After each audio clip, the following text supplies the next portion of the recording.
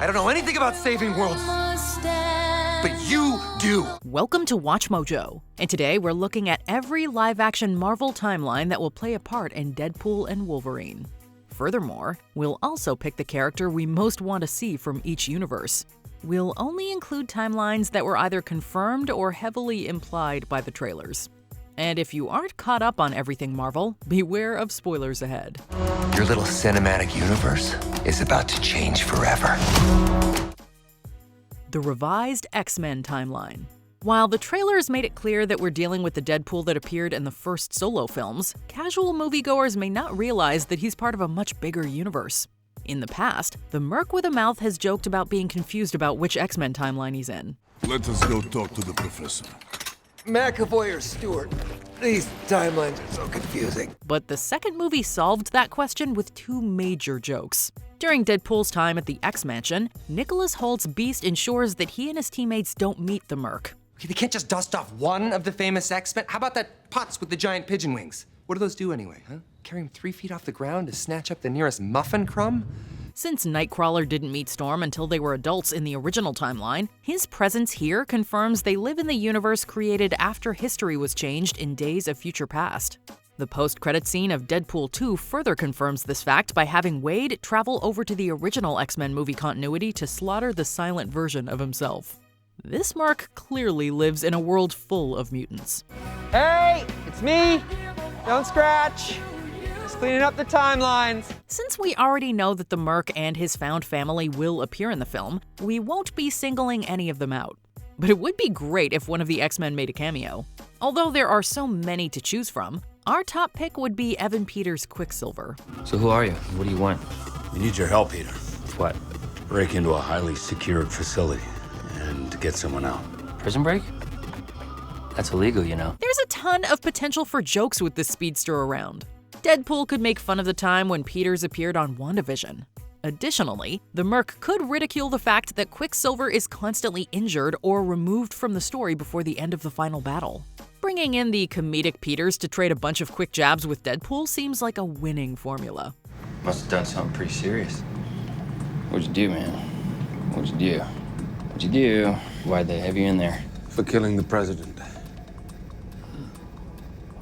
The TVA timeline. The TVA has stepped in to fix your mistake and set time back on its predetermined path. Once upon a time, an agency was created to maintain and protect the existence of a singular universe. If anyone tried to mess around with history or attempted to create a new timeline, the TVA would step in and remove them from the equation. The TVA actively prevented the multiverse from existing until Loki arrived. After the god fought a variant of himself that had nearly been erased and met the man behind the agency, the Asgardian pushed for change. I know what I want. I know what kind of god I need to be. Loki ultimately sacrificed his freedom and isolated himself from everyone to maintain the multiverse. In the wake of this heroic act, the TVA decided they would let alternate worlds grow and thrive. I've got to go see what exactly it is we've been protecting for all this time. A member from the agency named Paradox will give Deadpool a mission to accomplish in the 2024 movie. Wait. You are special. This is your chance. To be a hero among heroes. If the Merc gets any downtime, we'd love to see him pay the God of Mischief a visit. Deadpool could easily pop in to say hi to Loki in a brief scene. The Merc could make fun of the god for becoming a full-on hero, or point out how they're both breakout Marvel characters. While the cameo doesn't have to be long, we're sure that Loki would appreciate the fact that even someone as obnoxious as Deadpool paid him a visit. It's weird that Loki's not here, isn't it? Yeah. The MCU. This universe needs absolutely no explanation. But since this timeline technically exists outside of the TVA, it does deserve its own spot. Trailer images and Deadpool's fourth wall breaks confirm that he'll be even more aware of the MCU than he usually is. I'm the Messiah. I am Marvel Jesus. The only question that remains is who might emerge from that reality to make a cameo.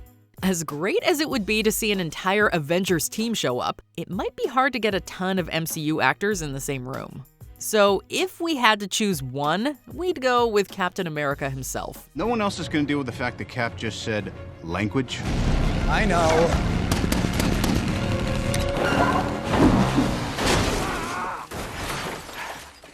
Just slipped out. Not only did Deadpool personally salute the hero, but the two actors have appeared in each other's movies.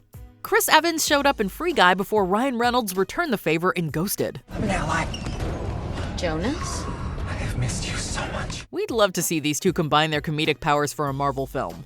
If Deadpool could poke fun at the fact that Chris Evans previously played Johnny Storm, that would be the cherry on top of the team-up. They call me the Human Torch.